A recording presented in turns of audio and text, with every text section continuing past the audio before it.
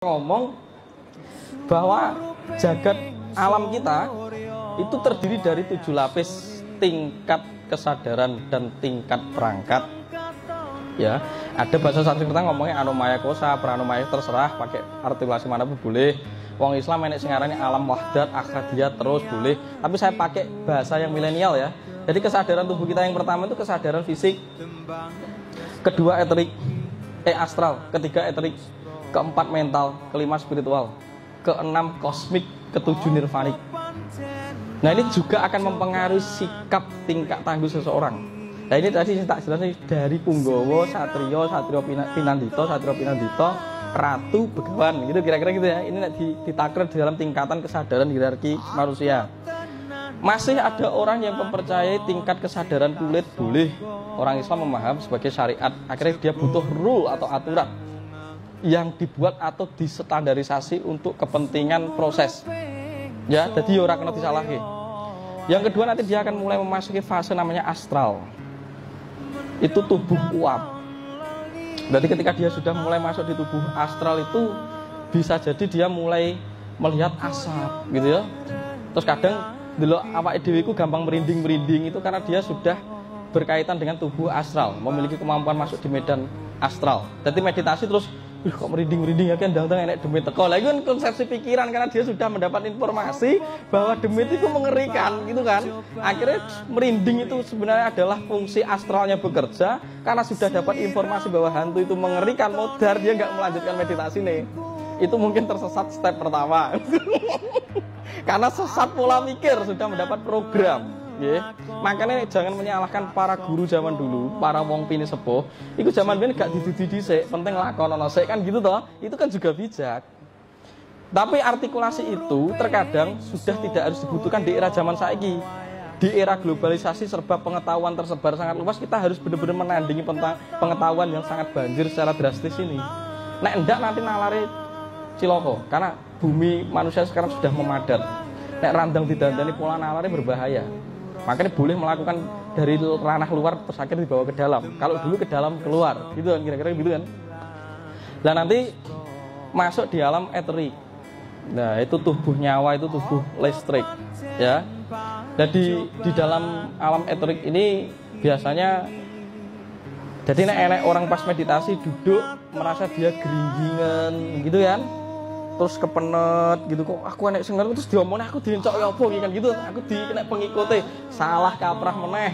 Jadi itu sebenarnya fenomena kelistrikan Anda sedang bekerja untuk mengurai darah yang memejal, daging yang memadat karena struktur tubuh kita itu kan sudah banyak difungsikan, akhirnya mengendap, akhirnya menjadi kekakuan otot ini nek bahasa medis. Makanya terkadang ada kecenet apa ya gak apa-apa dipijeti oleh tubuh eterikmu sendiri. Gitu ya.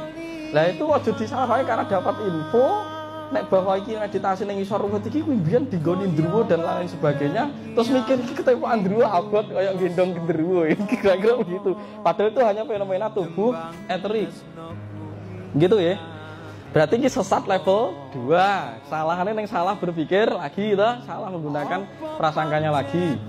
Baru level 4. Nggih, itu alam mental. Nah, ini sering terjadi. Alam mental itu alam untuk memvisualisasikan bentuk rupa ya dan bentuk-bentuk bidang, bentuk garis, bentuk ruang, alam ruang. Ini alam ruang.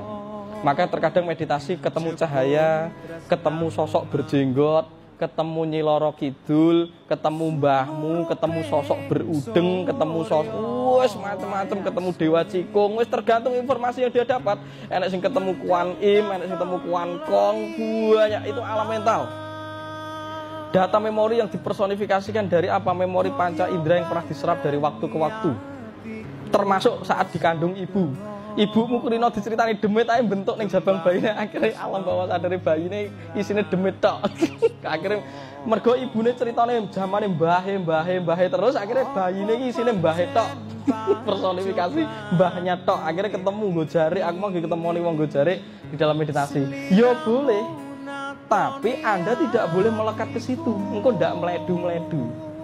Yang meledu adalah diri Anda sendiri. Anda akhirnya mencipta aku kok oleh dawuh ya. Aku ketemu Mas Tunjung dalam meditasiku, aku kan jegur sumur lah ciloko iki. Padahal aku ora ngongkon gitu ya. Dan akhirnya dia masuk sumur malah celaka kan gitu. Nah ini yang hati-hati. Selama aspek itu menurut, makanya sadar itu penting, menyadari, meditasi itu latihan sadar. Selama aspek itu menurutmu mampu dan bermanfaat untuk koordinatmu melakukan, ambil. Selama itu tidak masuk akal, ojo sik, ya, jangan dipakai. Ini sesat taraf keempat. Apa meneh diganggu? Pikiran meneh, alam bawah sadar lagi, gitu ya. Baru aspek spiritual. Di sini kira-kira wis gak meledu, kira-kira secara halus gak meledu. Karena makanya orang zaman dulu itu goda yang paling terbesar di dalam perjalanan spiritual memasuki gelombang yang bersebut niskala, alam kesadaran itu adalah alam mental, alam cipta, ya, alam kumoro, ya. Alam kumoro ini yang mengganggu kita. Makanya tradisi Jawa kuno itu ada beberapa laku-laku ekstrim, ya mohon maaf, ada beberapa laku ekstrim yang disebut tantra bairawa, aliran pangiwo, ngono ya. Jadi dia seperti empu tantular itu bertapa berkalungan usus mayat, kan mengerikan sekali itu. Empu prapanca bertapa di usus perut kebo, ya. Kenapa?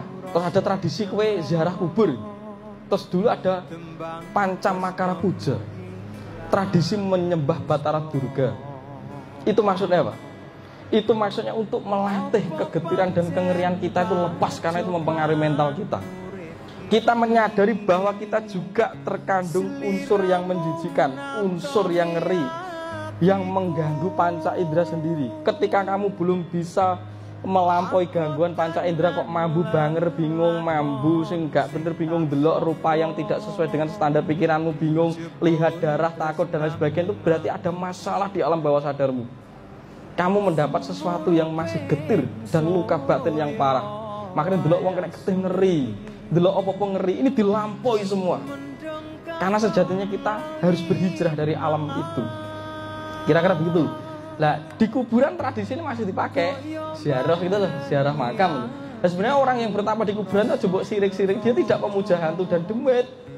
Dia melatih mental. Makanya mbah-mbah kita itu neng isor uwit, di dalam sungai, di dalam gua yang angker, di dalam gua yang katanya ada siluman harimaunya malah ditekani. Karena itu untuk menggempur aspek mental. Seorang pendekar itu nek urung lulus juga sabuk ning kuburan belum disahkan jadi pendekar. Karena apa? Mental harus mateng. Mental yang mateng tidak mengganggu kesadaran, rasa dan berpikir. Nek arep perang akhirnya titis, roh musuhe arep manah gak kelewat. Lah pas arep manah musuhe, terus kita dipanah kok malih ula wedi dhek mlayu ora sida gitu. Perangnya dia kalah. Kira-kira begitu. Jadi alam mental ini alam yang harus benar-benar ditransendensikan, dilebur kita tenanan, harus ditangani. Dari setiap kita iki lara mental, makanya enek psikolog akhirnya mendirikan psikolog dan psikiater itu untuk membantu wong-wong sing lara mental. Karena ternyata kita ini tersesat di alam mental kita sendiri. Kira-kira begitu ya Mas Hendra. Baru nanti masuk di alam spiritual. Alam spiritualnya alam sadar penuh. Malah ora eneng apa-apa. Di situ alam kesukacitaan, alam ayem tentrem yang tidak bisa diartikulasikan, pengalaman intim. Makanya dilambangnya sebagaimana kamu seperti seks yang nikmatnya tiada tara. Ya maksudnya kuwi jangan disalahpahami ya. Kira-kira begitu. Baru nanti ketika sudah berhijrah itu ada transendensi, lebur kepada memori kosmik. Karena dirimu juga terbentuk dari panca mahabhuta. Geni balik ning geni, banyu balik ning banyu, lemah balik ning lemah, kembalikan semua memori itu dan melebur. Akhirnya nirvanik suwung hamengko ono. Tidak menjadi masku mambang. Kamu menjadi sesuatu yang belum terjadi sebelum kama petak dan kama putih, kama bang bertemu. Dadi masku mambang ilang lenyap seperti murni gadis perawan ibu murane isine apa-apa wetenge. Kira-kira begitu. Dari ora ono dadi ada terus kembali ke tiada. Wes, itu ya kira-kira.